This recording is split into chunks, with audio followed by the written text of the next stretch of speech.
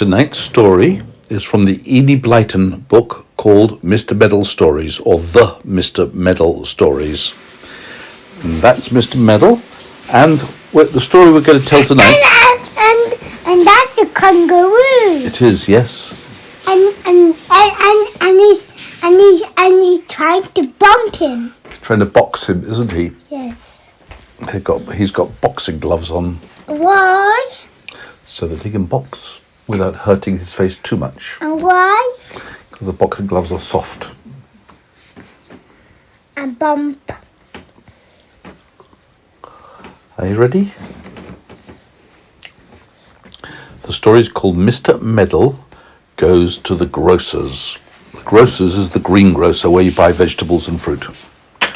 One morning, Mr. Meddle took his shopping basket and went to the grocer's. Can I see the pay? Yeah. He wanted a dozen eggs. They were 10 pence each. He knew, so he slipped £1.20 into his pocket to pay for them. When he got there, Mr. Sugarman, the grocer, was not in his usual place behind the counter. He had gone out to his yard to get some oil for a customer. Mr. Meddle wandered round the shop, looking at the biscuits and the bacon and eggs. Dame Flap came in and said good morning. She sat down on a chair and waited. "I can't think what's happened to Mr. Sugarman," said Mr. Meddle. "I've been waiting quite a time."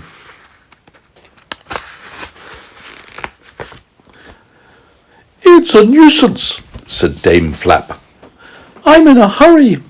I want some caster sugar to put on the top of a nice jam sandwich." "Well, I'll get it for you," said Mr. Meddle, most obligingly. "You can leave the money on the counter for Mr. Sugarman when he comes in, and I'll tell him that it's for a pound of sugar." He hunted about for caster sugar. At last he found a big tin-lined drawer of what he thought was sugar. But it was salt. Not sugar. He's going to make a mistake again. Mr. Meddle didn't think of tasting it to make sure. No, he simply weighed out a pound, put it into Dame Flap's bag, and she put the money on the counter. "It's nice to be useful," thought Mr. Meddle, sitting down to wait. As he waited, the doorbell rang, and old Father Jenks came in. "Hello, where's Sugarman? Where's Mr. Sugarman?" he asked. "I want some caraway seeds. My wife is baking a seed cake, and she's got no caraway seeds." "Let me serve you, Father Jenks," said Mr. Meddle, jumping up. "I'll soon find the seeds for you." He hunted around and came to a big tin of seeds. "These must be caraway seeds," said Mr. Meddle, pleased. If only he had looked on the outside of the tin, he would have seen that it's full of canary seed. Canary seed are seeds you give to little canary birds. But no, Mr. Meddle didn't think of looking. He was quite sure it's full of caraway seeds. He weighed out a little packet of them and gave them to Father Jenks. "I don't know how much caraway seeds are, but if you leave 50 pence, Mr. Sugarman will send you the change," said Mr. Meddle grandly. So Father Jenks put 50 pence on the counter and took up the packet and went out. Mr. Meddle really felt he was being remarkably useful. He hoped somebody else would come in, and sure enough, someone did. It was little Molly Miggle.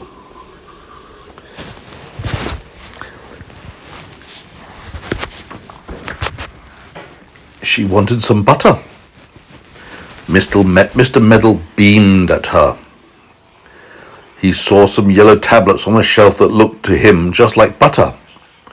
He took one down and wrapped it up. He didn't see that it was yellow soap. Silly old Medal. Molly Miggle put down 60 pence on the counter and went out. I'm scared about Mr. Mellow. Mr. Medal was just going to sit down when Spink came in to do some shopping. Spink was a sharp little fellow who didn't like Medal at all. Why? Because Mr. Medal's always meddling. He's always trying to help and actually making mistakes. "What can I do for you this morning, Spink?" said Medal. "Do for me? What do you mean?" said Spink. "You're not a grocer." "Oh, I'm just helping people till Mr. Sugarman comes back," said Medal. "Do tell me what you want." "Well, I shan't," said Spink. "I'm quite able to get what I want myself. I know you and your meddling ways."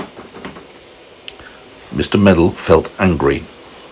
Spink walked over to the eggs and picked out one or two, weighing them in his hand to get the heaviest ones. Mr. Medal went and stood at his elbow. "You are not to do that," he said to Spink. "It's not fair to take the best eggs. You should take them as they come." "Oh, go away," said Spink, giving Medal a sharp dig with his elbow. Mr. Medal gave a squeal and then dug his elbow into Spink. Why? Because Spink dug his elbow into Mr. Medal.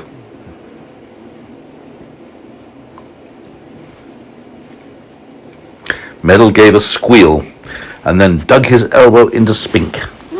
Spink shouted and turned on Medal. He gave him a good shaking and then let go of him suddenly. Medal fell straight into the box of new-laid eggs. Crash! Smash! He broke about 100 eggs in one go. He sat up in the box, covered with yellow yolk, very angry indeed. Spink yelled with laughter, "Ha, ha, ha, ha, ha," and danced round the shop in delight. "You can pay for them," he shouted. "You can pay for them." He ran out of the shop, still laughing. Medal was just struggling to get out of the egg box when Mr. Sugarman, the grocer, came in. He stared at Medal in the greatest astonishment. "Are you trying to hatch those eggs?" he asked. "I'm afraid it will be expensive, Mr. Medal." "Spink pushed me," said Medal, trying to get out. "You must make him pay for the eggs. He broke them." "Mr. Sugarman, I was only trying to stop him taking your nicest eggs, and I've been very helpful to you this morning. If only you knew it, I've served heaps of customers."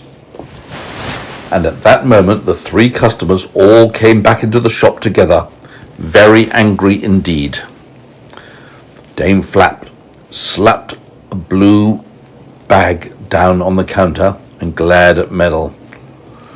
"You gave me salt instead of sugar," she cried angrily. Which of those said That must be Dame Flap.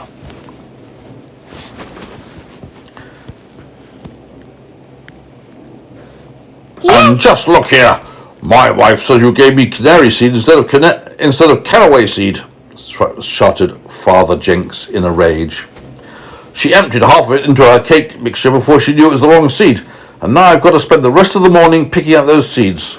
I've a good mind to pull your nose hard, sticking in other people's business like that." "And my mother says this is yellow soap, not butter," said Molly Miggle, putting the soap on the counter. "She tried to cut it to spread on her bread, and it wouldn't spread. And when she tasted a bit, she found it was soap, and it made her feel very ill. She's very angry indeed." Mr. Sugarman glared at Mr. Medal.